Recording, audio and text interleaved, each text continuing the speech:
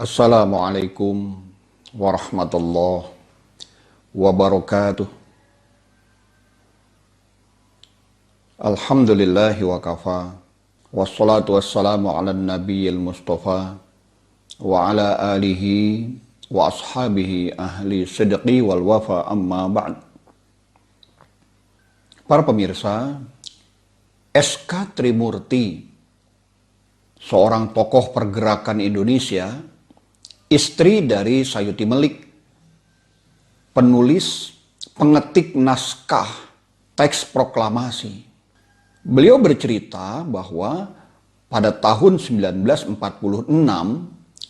dikala beliau pulang dari arah Malioboro menuju ke rumahnya di daerah Tugu Utara, beliau melihat ada orang berkumpul ramai sekali di depan sebuah pasar.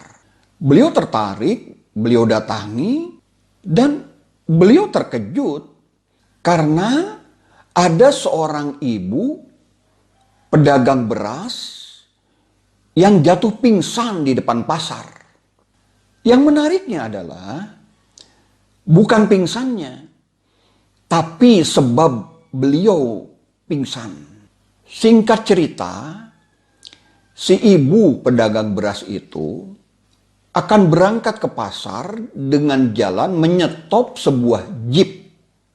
Dia naik dan supirnya ramah, supirnya baik, sopan, dan tidak terasa mereka sampai di depan pasar. Supir itu ikut membantu menurunkan barang dagangan si ibu.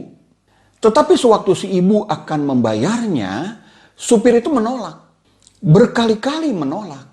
Sehingga akhirnya ibu tersebut emosi. Dia marah. Dia bilang, "Kenapa mas? Kok nggak mau saya bayar? Apakah uangnya kurang?" Supir itu dengan halus menolaknya dan cepat-cepat pergi berangkat menuju arah selatan. Si ibu itu terus marah sehingga membuat orang-orang berkumpul. Datanglah seorang polisi dan bertanya, "Mbak Ayu, apakah Mbak Ayu tidak tahu siapakah supir itu?" Karena memang lagi marah, dia menjawab dengan emosi, "Aku nggak perlu tahu. Tidak ada urusan dengan supir itu." Aneh sekali dia. Polisi menjawab, "Kalau Mbak Ayu tidak tahu, akan saya beritahu. Beliau itu pimpinan kita, Mbak Ayu. Beliau itu raja kita. Beliau adalah Sri Sultan Hamengkubuwono ke-9.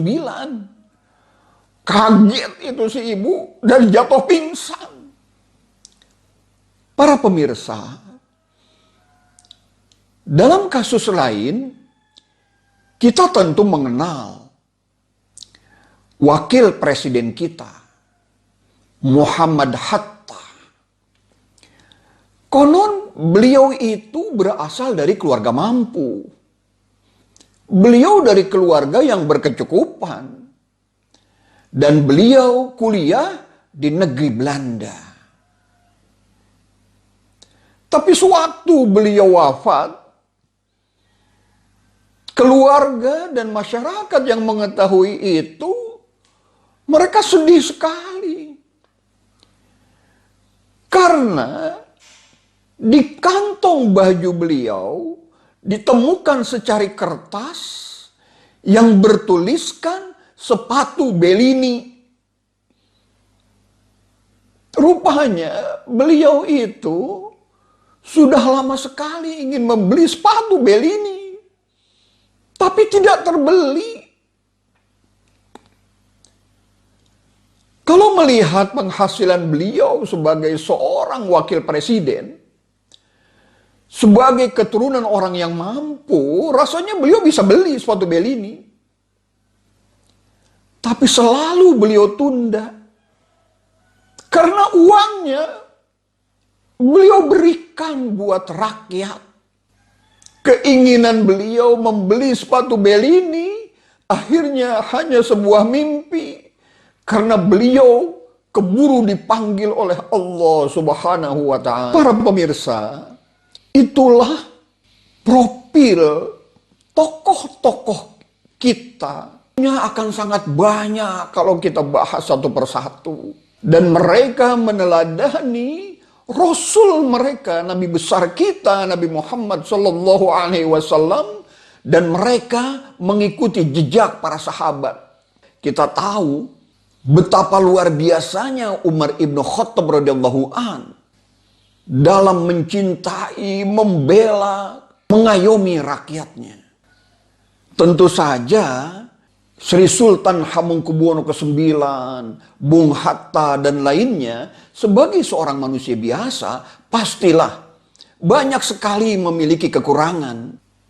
Karena al-insan mahalul khata wan nisyan. Manusia itu tempatnya salah, tempatnya lupa, tempatnya kekurangan.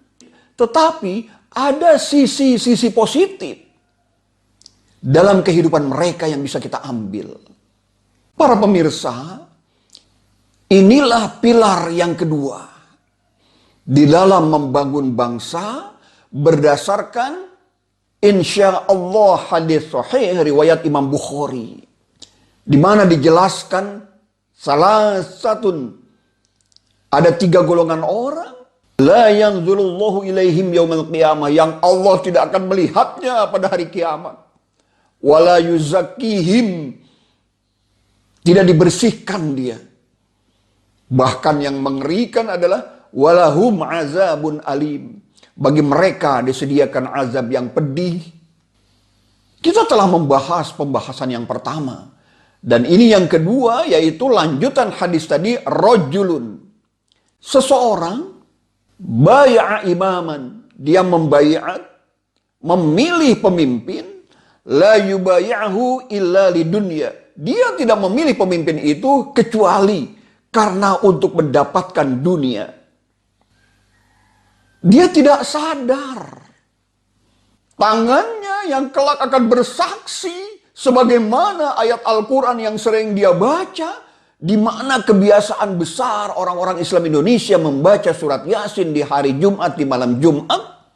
Di salah satu ayat ada yang berbunyi, al-yawma nakhtimu ala afwahihim wa tukallimuna aydihim wa tashhadu arjuluhum bima kanu yaksibun. Al-yawma nakhtimu ala afwahihim, nanti mulut kita akan ditutup rapat, wa tukallimuna aydihim, tangan kita akan berbicara.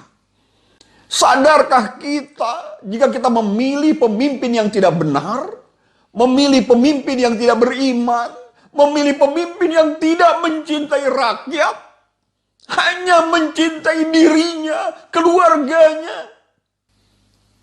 Kita pilih pemimpin seperti itu dengan tangan kita.